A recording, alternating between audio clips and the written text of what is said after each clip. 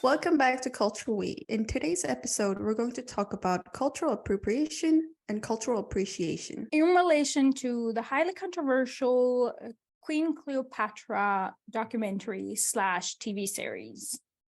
Thank you. I thought that I'd first give like a simple explanation of the term cultural appropriation. So in the simplest term, as we hear it most often, is the act of taking or using things from a culture that is not your own, especially without showing that you understand or respect this culture. And I think one of the most common examples, excluding Black culture, is, for example, the traditional clothing of indigenous peoples. For example, during Halloween, people are still wearing them for some reason. So that is one of the common examples, I think, of cultural appropriation still happening. And then, of course, there's Black culture that's been appropriated for generations and decades and decades. I think an important part of that, I'd watched some videos and read some articles, and the topic of consent came up. If you are consenting to have that piece of your culture be appreciated versus appropriated. Exactly. And on Sedef's note of indigenous culture, the most common, say here in the US, especially during music festival times, is the headdress. And that is an incredibly important piece of certain indigenous tribes. There's ceremony and structure that goes around that and why it's so special. And taking that without understanding is just colonizing over and over and over again, and disrespecting people that have been historically marginalized. I think when you're talking about cultural appropriation comes into it, and consent is very important, like you said, because it's such a blurry boundary between appropriation and appreciation sometimes. And even when you have consent, in the same community, someone's going to disagree with that consent. It's a very hard thing that you can't really decide, and you have to be okay as someone who has dominant power dynamic in the relation of cultures. It's important that you, as that person, understand that someone's going to not like it, and it's okay. And if you have the consent from somebody, you're appreciating your relation to, your connection to that culture, sure, you can use it. Even with any backlash that you're going to have, it's important to just acknowledge it and accept that.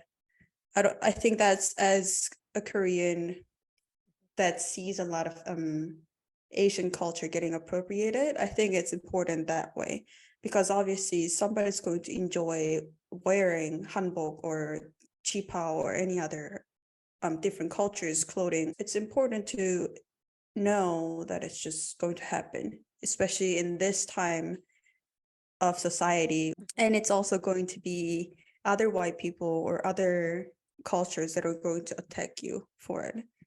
So it's just to be aware of those connections and relations that you have to the culture or that you don't have to the culture. I think that's the most important thing that we have to remember when talking about appropriation and appreciation. I think that's the thing that is so hard as well. Like you said, that it's not really black and white, this consent or what is right or wrong with these things. And there's definitely this blurry line. And I've seen so much videos and stuff of like some people within a specific culture being like, oh, how do you do this? And they're like other people within the exact same culture as well. And they're like, come on, like it's not that big of a deal. Like there's just like so much levels and layers to it as well that makes it very hard. And I think at least an interesting thing to discuss as well, especially with the documentary thing that we're gonna bring up and talk about as well, of people having different voices and opinions on it, and that's why it's become so controversial as well. I think it recognizing as a very white person, having looking back at my history in the United States, and recognizing cultural appropriation in my past of owning moccasins or having a headdress as a 3-year-old, or having friends that came back from the Caribbean with their hair braided. We didn't talk about it. It doesn't mean that it wasn't wrong. And I recognize that as a white person, I'm most likely going to be the one that's culturally appropriating, even though I try desperately not to. But I think, just like, say, in a queer context, or um, with racism in America or anywhere, I think it's important for everyone to have the conversation. Hmm. But it's also important to sit back and listen, obviously. I think it's important for everyone to have that conversation because you need to educate yourself and you need to educate your own communities. And it cannot just be on the community who is being targeted or marginalized to educate others. And so I want to center myself in that of, I try to have those conversations with my community on a daily basis if something comes up, so that somebody else is not burdened with explaining why it's wrong. It Hmm. Yeah. should be up to everybody to have that conversation and call it out when it's happening. As a person of color, you can appropriate somebody else's because it's all about power dynamic. As a Right. Korean, I can appropriate, let's say, Southeast Asian culture Mhm. because I mean, as a nation, usually that's how the dynamic works. We Mhm. have more acknowledgments that we're getting from other cultures. We have more power. It's all about the fact that somebody else is taking someone else's culture and twisting it Right.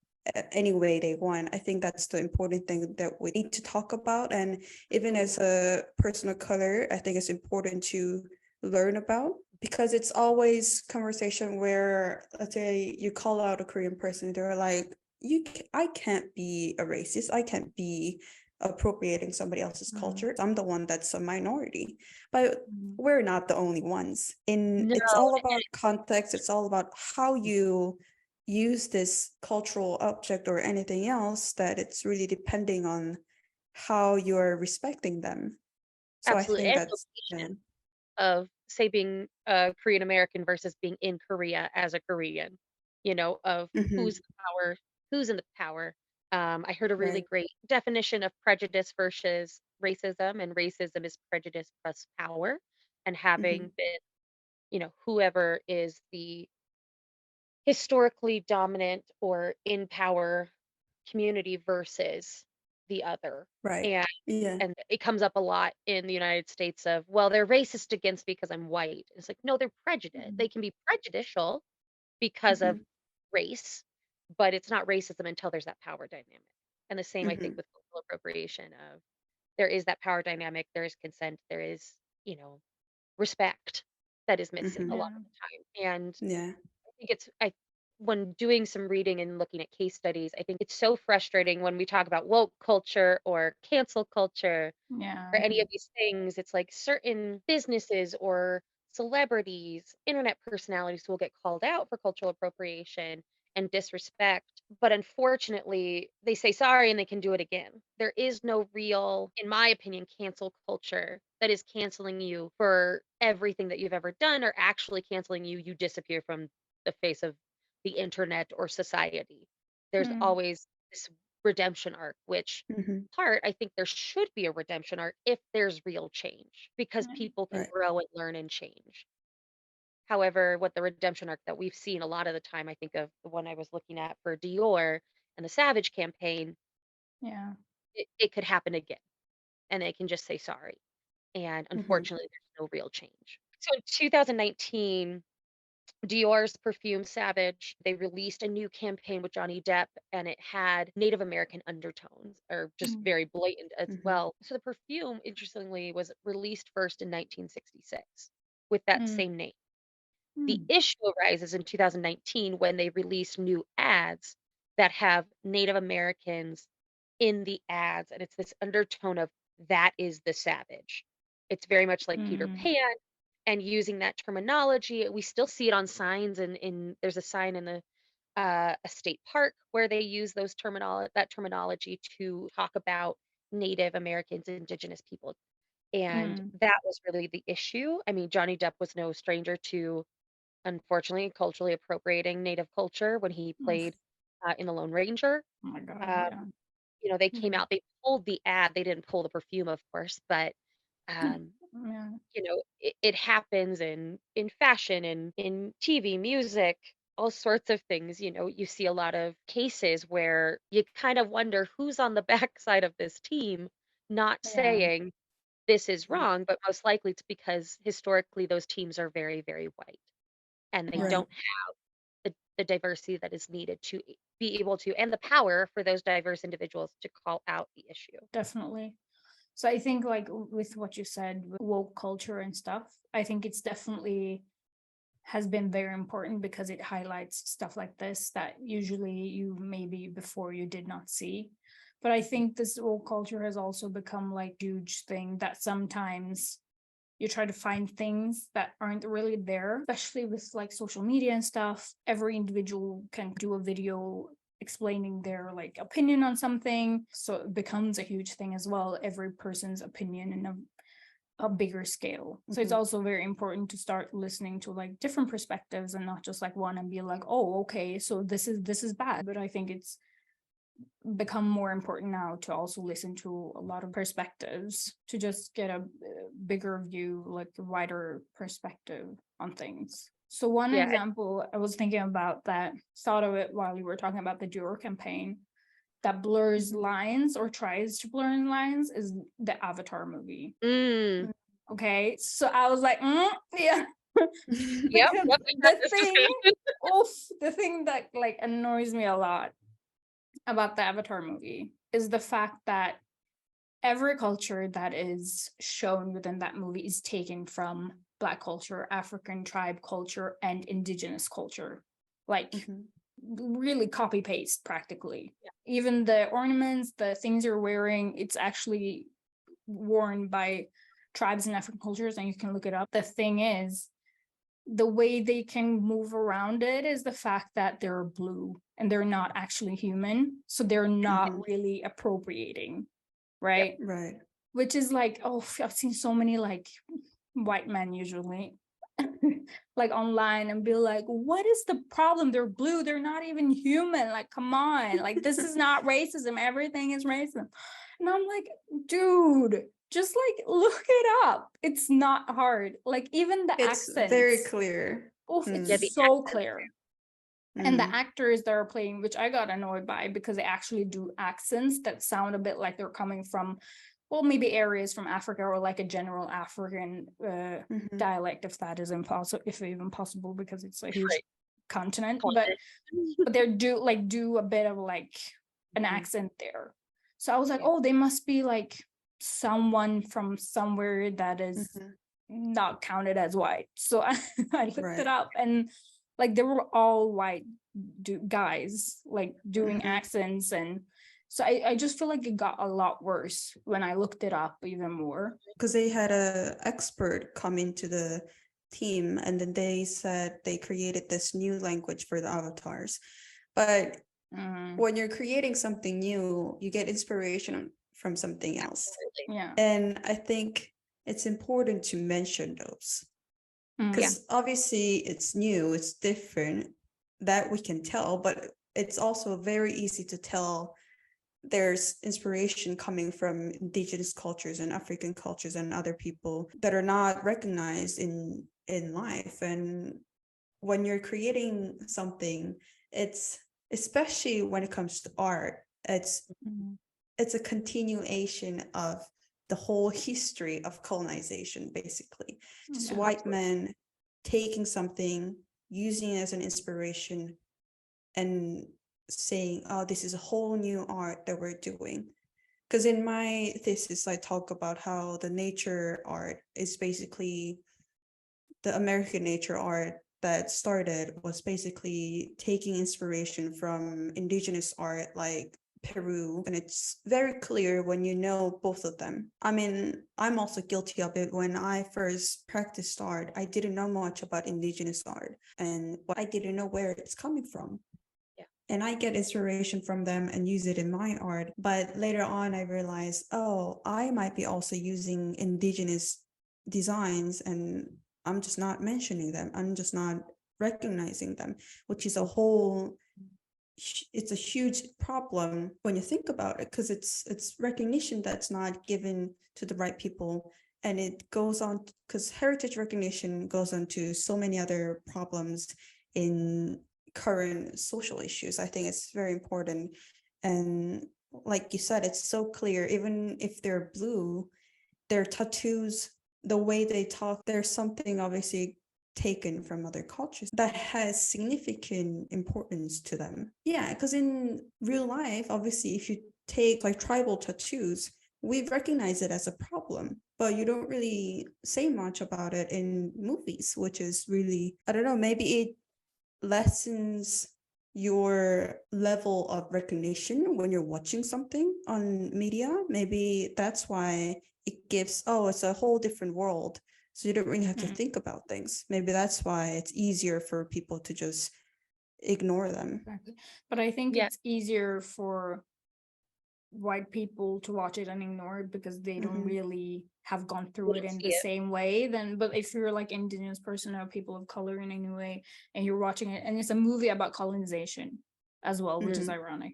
So I think it's also, they see it a lot more when they're seeing the movie and they're like, okay, like these cultures are all ours, and like they're being colonized the same way that we have been in real life. And then they look it up and it's not the same representation, because the thing is, it's not hard to bring in people of color into the writing, like whatever it is, to give this an authenticity, even though I hate that word, the authenticity these movies needs to have. Maybe use respect, or the consent, instead of authenticity. Yeah, it's very frustrating, I think, on all sides, because I mean, we just had a landmark case in the Supreme Court today of thinking about making it harder for people to enter the room, to have the credentials to enter the room.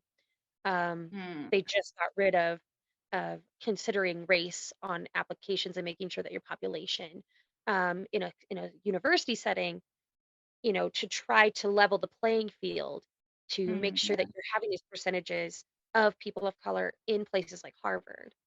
And when they take that away, which they just did, it makes it more and more difficult for people of color to reach those rooms.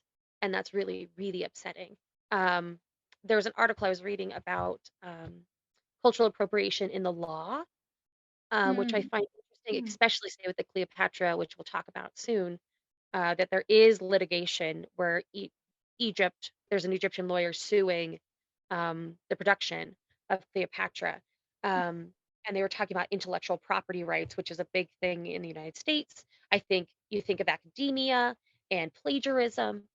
You think of copyright law in business, and it's not like it doesn't exist in our in our communities and society to give credit where credit is due and give that respect. And so it's interesting to see this article that we can share in the podcast description about intellectual property law. And of course, it's obviously, they say it's a slippery slope in anything of how do you actually attribute credit to cultures. But when it's so blatantly obvious, when it's, Avatar or, other big movies that don't do it well, they don't do appreciation well, they just do appropriation, it's really, there's potential for intellectual property rights to be brought into it. Definitely. So should we go into the highly controversial docu slash series slash drama slash, I don't know, everything. Yeah, we were talking about this earlier, that when I searched it, they claim to be docudrama, not documentary, which makes things better because docudramas are not supposed to be accurate. You can have a man-made story into it and it's perfectly fine. It's just that they're getting inspiration from the historical event. But Sedef, you saw that it's when I went into documentary. Netflix, which is where this show is, one of the genres, it says historical documentary. And if it's historical documentary, then it needs to at least be historically accurate in some shape or form. So I think that that's the reason why it's gotten such controversy as well, and criticism, is because it's supposed to be this historical documentary that showcases this queen, Mhm. Egyptian queen in history, and but they have chosen to portray her in maybe a bit differently than what Mhm. people seems Mm. to have appreciated. Yeah, and I think it's as we talked about, it's coming from because it's a bigger series Mhm. of African queens, which of course Yes. Egypt is in Africa, Mm. uh, and Good start. Yes. right. In this case, I think African is implying black, so I think that's really difficult, especially when talking about ancient Egypt, which was such a multicultural, multiracial in our terms. I think it's really important to center ourselves in that of races as such a construct in modern times. But it was so multicultural. There are Black pharaohs, there are Cleopatra, Greek or Macedonian, at least on her father's side. We don't know who her mother was for sure. I think it's hard because, historically that role being so ancient, she ruled in the first century. She ruled between I think it's 51 BC to 30 AD. Mm. So long ago that of course it feels up for grabs of who should represent her. You have this interesting ambiguity in the historical record where you can make her look like whatever, but they do have, portraits of her, of course, that they could go off of. So the thing is important, at least in this part historically, is this Greek Macedonian part of her heritage. Yep. So the Cleopatra is connected to the Ptolemaic kingdom, which Mhm. ruled in Egypt during that time. And what's important, I think, as well to know is the fact that her family and the ancestors before her forefathers didn't even speak the Egyptian language. Mhm. So I think it's important to show also the separation between the Egyptian people and them being having this greater lineage or ancestry or DNA. And actually Cleopatra was the one that was the first ruler to actually learn the language and being more connected. And I think maybe the reason why she was such a good ruler as well was because she maybe were trying to connect herself with the people they were ruling over more than her forefathers before her. So I don't know how they portray this in the show, but I think it's important part of her history, and I think it's a bit harder to show that when it's, I don't know, because I think these things come from her Greek Macedonian family part, and I think it's a bit harder to show that when it's maybe a woman of color that is portraying her, and it's a bit harder if they're connecting it to her African history and heritage instead than the other part, because it was such a big part of her life. But I think the director, because I read some of the articles, and she claims her choice of actor to be a political act. Mm-hmm. And I think the fact that she said that statement itself frames how we see this series. Because it's not just about history anymore. It's about how she's trying to say there's not Black people represented enough. And she's really trying to say for a long time, Cleopatra was just shown as white. And she wants to say Cleopatra is not Black enough in those older portrays in media, I'm assuming, but I think maybe that's why she chose the actor now, because I think from what I read, I think she's mixed race, not fully Black. Maybe that's why she's saying Cleopatra was Black, like at least like darker skin than what people are saying, because everything that's I've read, it's more about they want to make things right. They want to make this representation of Black people, their history right. Because at first when I heard about it, I was just confused. I thought maybe is it just white people creating this as an opportunity to gain more profit or gain more marketing, because people say there's no bad marketing. Yeah. And then I searched who is behind this series, and the director she's I think not Egyptian, she's Iranian, or at least she's person of color, and the writer is British diplomat, and she has a Nigerian heritage. And I don't know, I feel like there could have been a better way to portray this, because I don't see this series as a documentary. I mean, that's the whole point that we're talking about, but even as a docudrama, I think it's more on the sense that, because we talked about the professor that mentions her grandma that says Cleopatra is Black. Don't listen to anybody else. Cleopatra is Black. And the fact that they're talking about all those passed down stories about this historical person, I think it's important that they mention that they're just portraying, these are the beliefs that some people have, and we're trying to portray this, and we want to have this discussion with people. Then maybe this whole show has completely different perspective for other people, because it's all about, oh, I want to learn other people's perspective, I want to learn their opinion, and this is a great way. It's another way that they show some Black people have this belief, and we just want to learn, we just want to talk about it.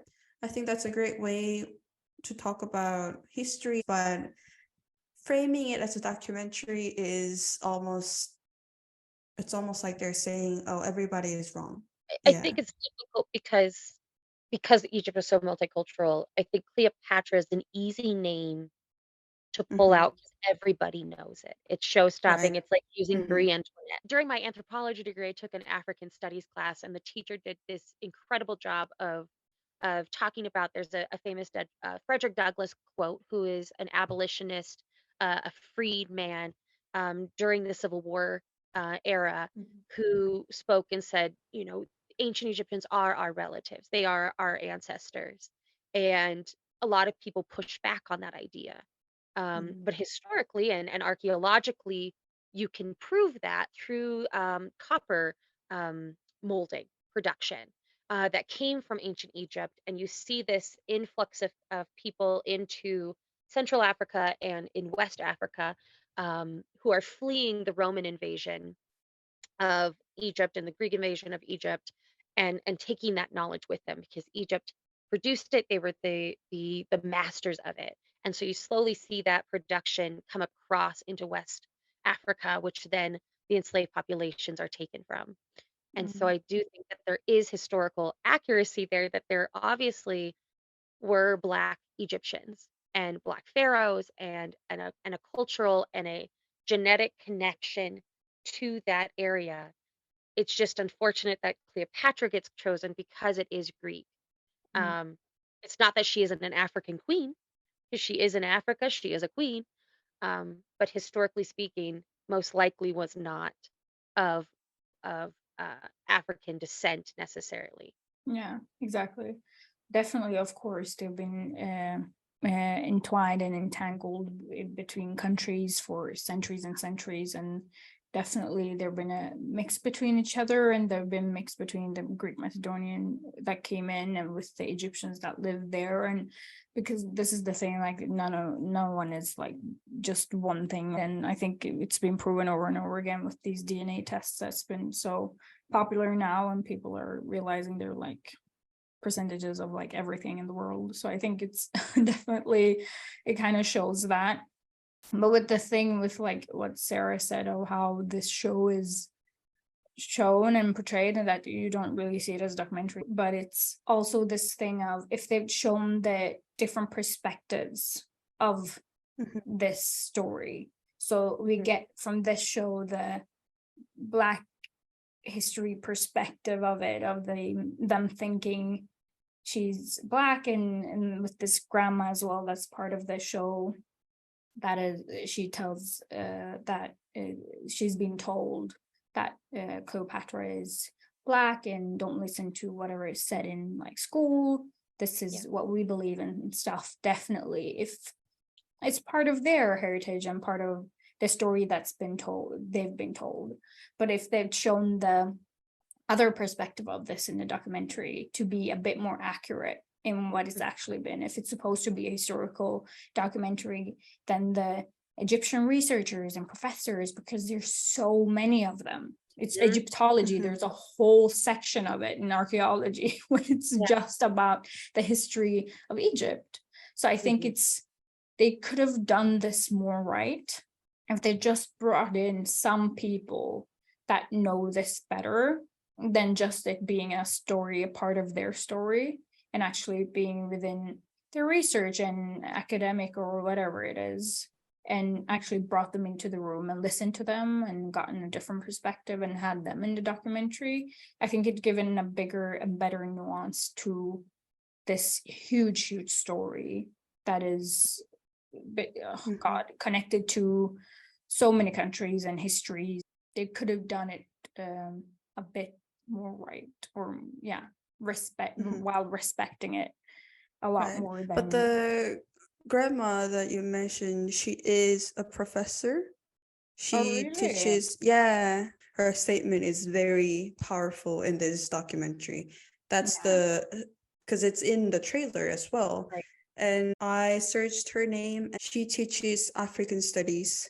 Maybe if they had other experts with different perspectives, like you said, maybe it would have been better done for sure. Then I would definitely want to know what she bases that statement on. Like, is it based on what she's been told by her mom and grandma and stuff? Right. Or is it actually based on historical, like her research that she has done?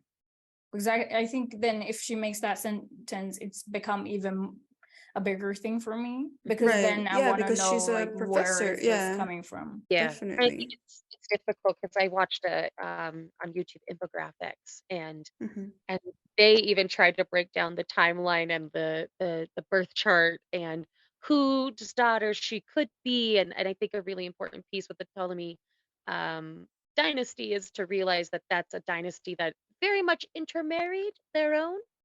And so, I mean, Cleopatra is married to her own brother.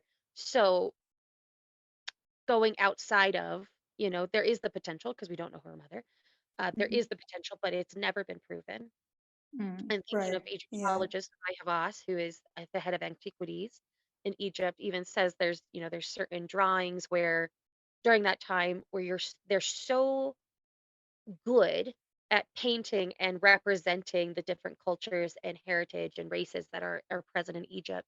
And there's never been, um, a discovery that paints Cleopatra as a Black woman. Right. Only painting her as a Greek Macedonian woman, and even her own child later on is said to have fair complexion and blue eyes. I don't. It's unfortunate because there's popular shows, say like Bridgerton, that do a really good job of placing that fiction and making a diverse cast and an incredible show. The issue here is historical accuracy. Yeah, and exactly.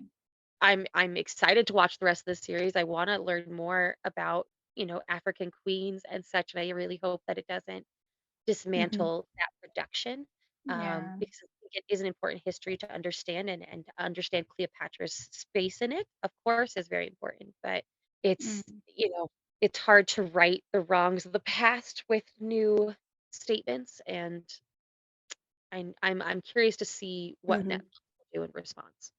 Yeah, because I think it's also the fact that, like, I watched some reactions, like TikTok videos of people actually commenting on this, and one of the biggest thing was like this woman of color. I think she's like a comedian or something and does like her own show. I don't know. It was a short video, but she talked about, like, also the fact that they give examples of, like, oh, so it's okay when white people do this and white people do this, but when it's a Black woman or Black person portraying it, then it's wrong.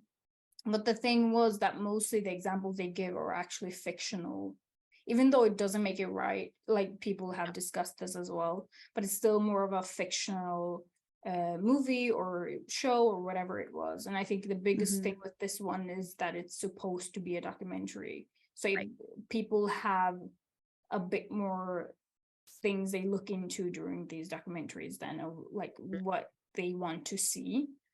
But also the fact that this woman said, okay, we give you Cleopatra, but then you give us Jesus. Yeah, Was it oh, it's The actually? Daily Show. I watched that one Yeah, too, so maybe it's it very was. Uh, Maybe it was. Yeah, I don't know what yeah. show it was. I just watched this like No, short. I watched that this morning, yeah. Yeah, and there was actually this man, I think he was Egyptian, that reacted to it, and it was like, what? And even when I was sitting, I was like, what did she do that? Because like it No, wasn't even part of that issue, like not in the same way, and it was just it comes a lot yeah. after as well. But No, I think it is difficult though, because like, I would wonder, had the actress been of Greek descent, mm, would there still be the upset from Egypt's side that she does not look Arab or traditionally Egyptian for today's contemporary world? right. Don't know if there's ever a happy medium, especially with that character. Because I mean, Gal Gadot just got, cast as Cleopatra in a different production, and now it's Mhm. whitewashing. So it's such a hard character to get right, you yeah, know. it's this blurry line again. But I think I don't know. Like I obviously am not Egyptian, so I don't know what they're thinking. But I most of the Egyptian people I've heard, they're Mhm. saying that they just want their history to be respected in the right way, Absolutely. and that Mm. part Yeah. of respect comes to the fact that she is not Arab, like she wasn't, and a big part of Egyptian history wasn't. So I No, think, and they know it, and I think they just want it to be respected in the right way, and that their voices was not really heard during this production in documentary, I think, and that might be a bigger problem that people are keep trying to tell our stories. I've heard people Right. make a I mean, statement of. even I've seen Black people talking about this, and I don't think I've seen anyone that's loving this representation, right. even as a Black person, because it's such a controversial thing. And one of the points that I've seen the most is that there are so many other people to represent. Yeah. Mm, Like you said, Shirley, that there are a lot of other African queens that they could have made a show out of and actually brought more awareness and brought more recognition to African history. It would have been great. It would have been an amazing show to watch, to learn. Yeah, it's unfortunate because it undermines future representation yeah. of of good, Black characters, whether it's fiction or Mhm. nonfiction, documentary or not. It can undermine, unfortunately, um, that idea because it gets on this weird conservative train of woke culture and can Mm, damage future endeavors. exactly. Yeah. Going back to what you had said, Seta, Mm, uh, with ancient Egypt and Egyptian culture, I think is it's a very early culture to be appropriated and mm, to Mhm. be taken advantage of. You think of, I mean, the designs of the 1930s, the fact that mummies don't exist because people thought that was a great idea to take them back to Europe or ground them up and eat them because somehow exactly. that's I was meant. just gonna say, and apparently them Yeah. as well. Oh, for sure. And they were so exploited for so long Mm, um, Mhm. by Western culture that I think it really adds a layer that isn't being recognized. You think of, Mhm. I mean, so many movies and shows and designs and music, that is based off of that. And it's this weird, I think it gets into the idea of world heritage, where it's an equalizer. mm, It's ancient, so it's touchable, it's changeable. And I don't want to argue that it's not. I mean, art is art and can do that, and to reinterpret is powerful, but I understand that, say, with any racist act or prejudicial act, it is not up for, say, us mm, to accept an apology. I Mhm. can see that a company has done it, but it's not up to me to accept that apology, mm, or Mhm. say what is right or wrong. It is up Right. to Greek, Macedonian, and Egyptians to say this has been right or this has been wrong because it's not about us. Um, but yeah, I think, you know, it's hard when something is ancient and has been appropriated so many times in the past to then mm. say, now this is the line. This is the line we will not cross in this scenario. Yeah, I think people Mhm. miss the fact of all the things they've had to fight for and all the things they had to go through because of their history and ancient history. So, and this is the people that have and still are fighting to get their history back and still get their heritage back from people, British Museum. So I think it's like definitely, I think that's also the reason of like, okay, they had this space to be able to represent them in a respectful and true way, and that was also taken from them in some way. And I think it's just like, again, like, and it's 2023 and we're supposed to be more vote. Because the director and the writer are both British. They have other heritage, but still British. It just doesn't sit right with me. I don't know. You kind of also think is it her place to do do the act in this way? I mean, of course she has the right to do that, but I think in this sense, and in this, if she's portraying this history and this heritage, like maybe not use other people's history in that way as well. One of the article that I read was talking about how filmmakers that solely work on documentaries, it's a natural fall point. Documentary, you're just gonna make mistakes. I think maybe that's why docudrama, the genre itself, exists, because so that they can say, "Oh, oopsie." But that's why it's not a documentary. I think that's what they're doing. Yeah, they like create loopholes for things, because first they're like, oh, it's a documentary, and they're like, oh shit, well no, it's a docudrama. So it's kind of like our interpretation and fantasy and fiction of this historical thing. And then I'm like, then everyone can just like go through, like it's just a loophole they create. And it's the same with the Avatar movie. So I think it's just it's weird. I don't know. I'm done with these loopholes. Yeah, no, it's hard. I think, well, it's like writing an academic article. It's like writing a historical book. You can only be as accurate as the information you have available, and so things will always come out. I think a good example within, say, a myth of the American West is with Custer and the Battle of Greasy Grass, or the Battle of the Little Bighorn, where it was Custer's last stand. And they said for so long that he stood and he never retreated and he did all these things. And then you actually find the archaeological evidence of bullets, and you see the retreat and, this rewriting of history.